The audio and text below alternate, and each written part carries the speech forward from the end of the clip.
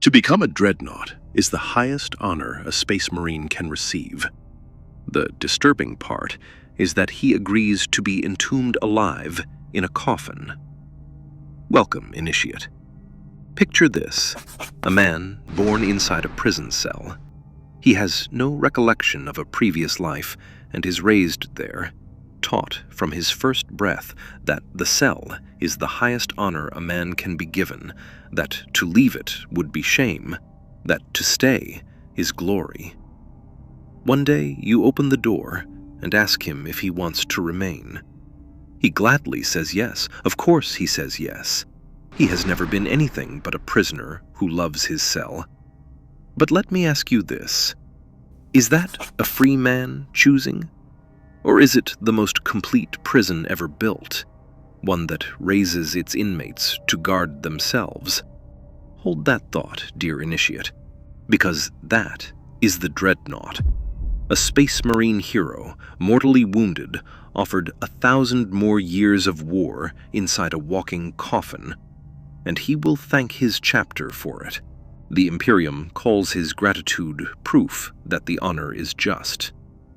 I want to know whether a yes that was guaranteed before the question was asked is a yes at all. To really comprehend this, you first have to understand that it is a real honor. A dreadnought is not a machine. He is a battle brother who refused to stop.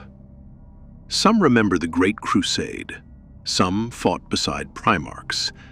To wake one is to wake the chapter's own living history. And most Space Marine wants this honor, genuinely. From boyhood, he is taught that he exists to serve, that duty only ends on death, that the worst fate is to fail the chapter. Remember the prisoner? To such a man, being allowed to fight on after death isn't a punishment. It is everything he was ever promised. The lore is very honest about who qualifies to be entombed. The mortally wounded hero whose will to serve remains unbreakable. Let that sink in, dear Initiate. The will to serve, not the will to live. Nobody is measuring whether he wants 1,000 years in the dark. They are measuring whether he was loyal enough to be handed it. The wanting is simply assumed, because they built him to want it. Although not every chapter is blind to what the coffin really is. The Grey Knights, the most incorruptible warriors the Emperor ever forged, hand-picked, psychically shielded, the clearest-eyed soldiers in the Imperium, look at interment and want no part of it. For them, they don't dream of 1,000 years in the dark, but for a quiet grave in the cool earth of Titan, their name carved beside their brothers, and their war finally over. When one of them is entombed, it's never a reward, only a necessity, accepted grimly, because the chapter needed the blade more than the man needed his rest. And they are not alone.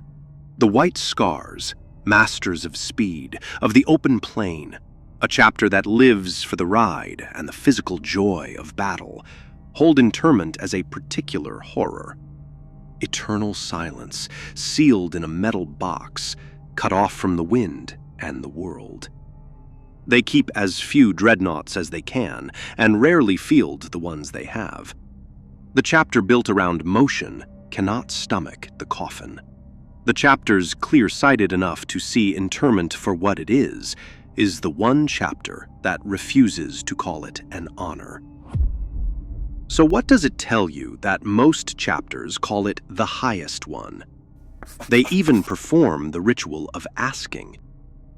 Grand Master Orias fell battling a plague lord of the Death Guard, his body shattered beyond saving. For 3 days he lay unmoving, while his entire chapter kept vigil, waiting for him to die. And then Orias gave a single nod of his head, one motion from a man 3 days into dying, and his brother captains debated what it meant.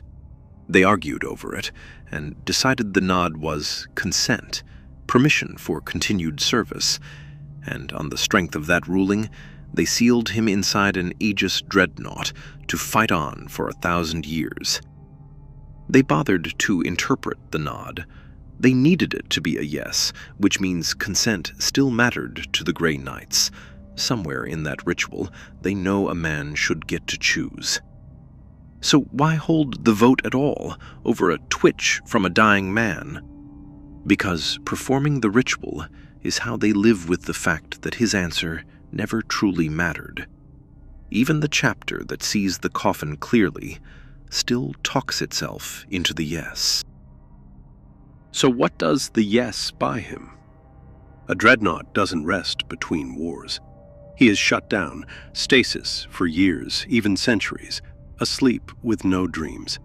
He is woken for one thing only: war.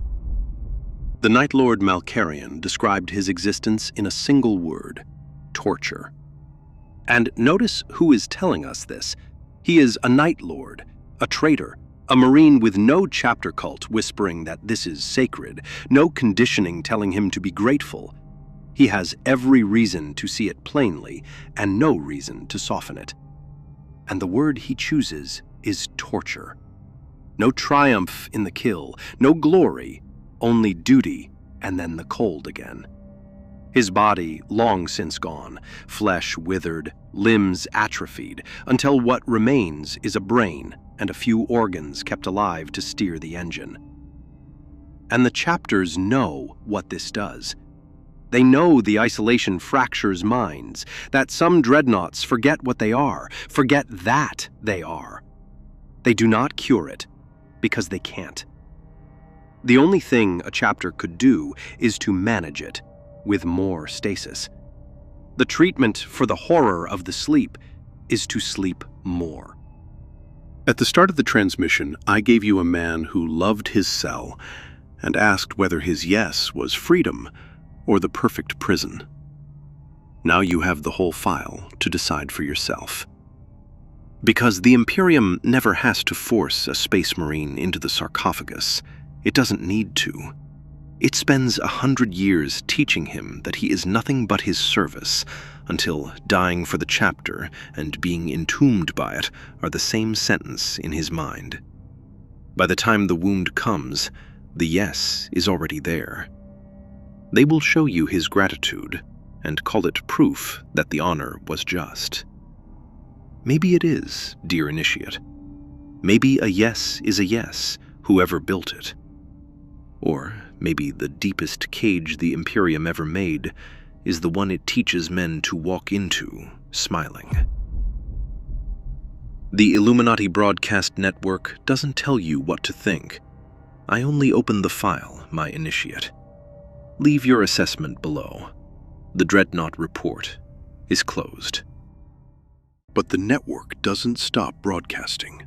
The next report is already waiting, dear initiate. And what it contains is something the Administratum has been trying to bury for 10,000 years. If you are not yet a registered initiate, the subscribe button is right there. The Council is watching who clicks it. Illuminati Broadcast Network, out.